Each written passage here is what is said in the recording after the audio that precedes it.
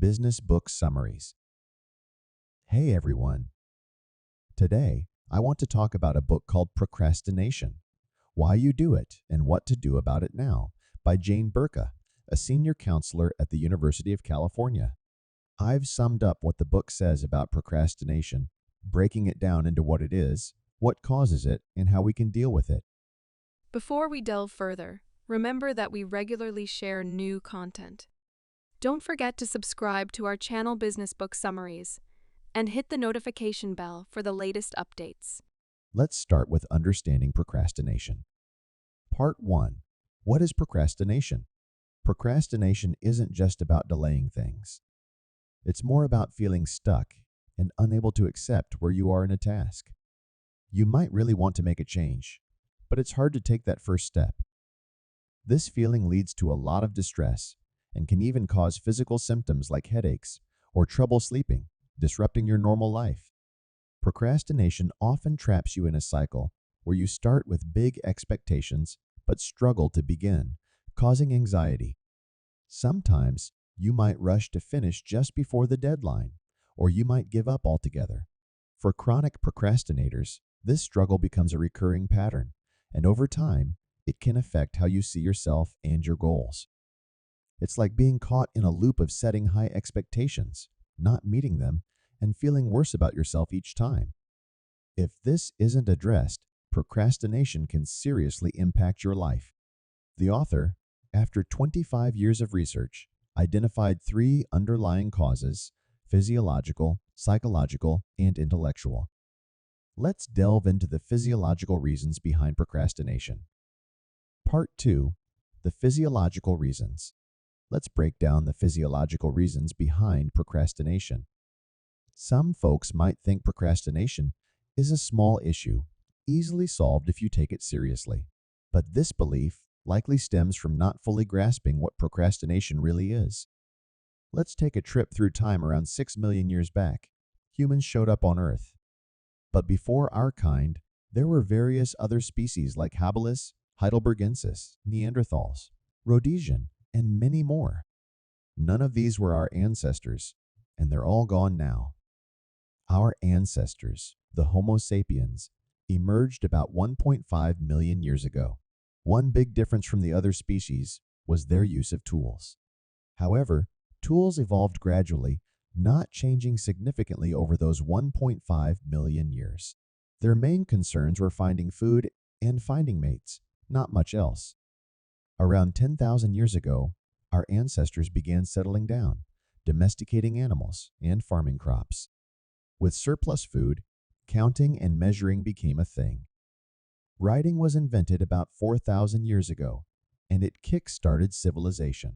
Writing changed how knowledge was passed down generations, allowing each new generation to have more information and develop more complex brains. But this was still a minority of people. Around 300 years ago, the printing press was invented, making it possible to spread information widely, and most people could now become literate, learning more about the world within their lifetimes. 10 years ago, the internet became a part of our daily lives, overflowing with a massive amount of information. And just 5 years ago, smartphones became common, opening up a new age of information. Today, information flows like rain that we can't avoid or hide from. But here's the thing: humans have only had specific goals and aspirations for a very short time. Take weight loss. For instance, a child doesn't know they're overweight and doesn't try to lose weight. It's only recently that we've realized obesity is unhealthy and started taking action to lose weight. In this short time span, we're trying to use the information we've acquired to understand what's good for us, what actions lead to better outcomes, and what enriches our lives. However, this clashes with instincts developed over 1.5 million years: eat whatever you find, sleep after eating, fear unfamiliar things, and avoid discomfort. These instincts didn't concern themselves with goals or self-control. So, in our brains, it's like 2 little people driving one body. Reason is like a frail old man needing a lot of effort to steer, using up energy inefficiently. Instincts are like a strong, robust man used to being in control of the car for 1.5 million years. When these two wrestle for control, instincts usually win, given their long evolutionary history. Think of it as reason and desire being two drivers of your car. Reason is a frail old man struggling to steer, while instincts are a strong, confident driver. What I'm saying is, when faced with difficulties, it's normal to delay. Not delaying is what's abnormal. So, the first thing to remember when dealing with procrastination is not to blame yourself, because this is the way our human mental system is wired. It's the same for everyone, nothing exceptional. As we discussed earlier, we may think reason is in the driver's seat most of the time, but in reality, we often react instinctively. What instincts cause procrastination? According to the author, fear is a big factor. Fear is a tool our brains use to protect us. Imagine if we were completely fearless. In the old days, and even now, fear helps keep us safe. It's like a warning system. If we had no fear, we might end up in dangerous situations and not survive. Fear isn't just something in our heads. The world around us also makes us fearful. When we're young, we're not afraid of much. But as we grow up, we start to fear more things. Why does this happen? Our education system plays a big part. It has two sides, rewards and threats. Good grades, nice schools, degrees, and jobs are rewards. But there are also threats like exams, attendance, discipline, and parents being involved. We constantly hear these messages as we grow up, right? They make us afraid of not doing well in school because we worry we won't get a good job and might struggle in life. So, in a way, fear pushes us to grow. What do people fear the most? First, there's the fear of failing. Procrastinators often link their worth and abilities to how well they perform. If they do well, people praise them. But if they don't, they're criticized and seen as lazy or not smart. Even though we know everyone has ups and downs, procrastinators tend to connect a single performance to their overall value. Since they think their abilities go up and down, they get scared to take action. They delay things on purpose and then tell themselves they didn't try hard enough to avoid facing the real truth. Apart from the fear of failing, procrastinators are also scared of succeeding. This often comes from growing up in families that doubted their abilities. When they near the end of a task, the fear kicks in, what if their family was right and they're not good enough? So, to avoid facing the outcome, they delay and never finish. The third big cause of procrastination is perfectionism. Perfectionism might sound good, but it comes in two types: perfectionism in action and perfectionism in thought.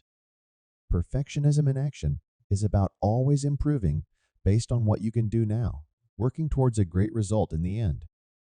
Perfectionism in thought is when you keep aiming for an impossible ideal in your mind, not dealing with the reality in front of you. It's like sculpting in your head without actually touching the stone. This constant chasing of an unreachable standard leads to frustration and self-doubt, making it harder to take action and achieve what you want. It's like being stuck in a loop of never feeling good enough and giving up before even trying. This self-defeating cycle affects not only how they deal with themselves, but also how they see the world. Chronic procrastinators struggle to get along with themselves and find it hard to connect with others. Procrastination is ultimately about how you deal with yourself and your relationship with yourself. Some hope there's a quick fix for procrastination, like taking medicine for a cold and suddenly feeling better and more efficient. But this isn't realistic. Procrastination isn't something you can just cure instantly. It takes understanding, effort, and a change in mindset to overcome it. Like reason and desire, eliminating either would be unusual. Part 3. How to beat procrastination. So, how do we make reason work in our favor? The author suggests 3 ways to conquer procrastination. 1. Set deadlines. Deadlines are like powerful motivators. For creative tasks, having a deadline is crucial. If there's no deadline, it's easy to keep delaying. Charles Darwin, for instance, took 20 years to write on the origin of species because he didn't have a deadline. Leonardo da Vinci, A brilliant artist and thinker created many notes and ideas, but he completed very few works. Deadlines push us to complete tasks on time, providing a sense of accomplishment and motivation. 2. Change environments. Just like in war, where the terrain can determine the outcome, changing your environment can impact your battle against procrastination. Instincts are strong, but they aren't very smart, kind of like a 7-8-year-old child. To help a child focus on homework, you'd put them in a quiet place away from distractions. Similarly, for focused work, isolate yourself from distractions. Resisting temptations consumes your willpower, so it's better to avoid them altogether. 3. Change mindset.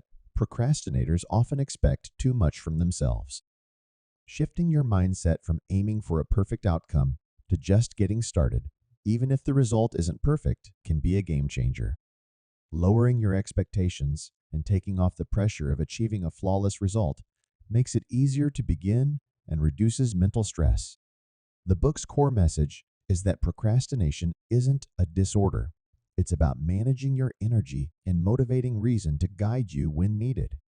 Achieving this control can be challenging in modern society due to the abundance of temptations and a less restrained approach to desires.